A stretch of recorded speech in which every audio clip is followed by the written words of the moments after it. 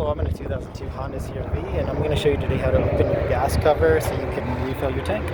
So as you can see, this is the safety lock. So we'll go inside the driver's side door, and then right up here you should see a lever to pull, and just one pull should have released it. Sure enough, here we go, it's open.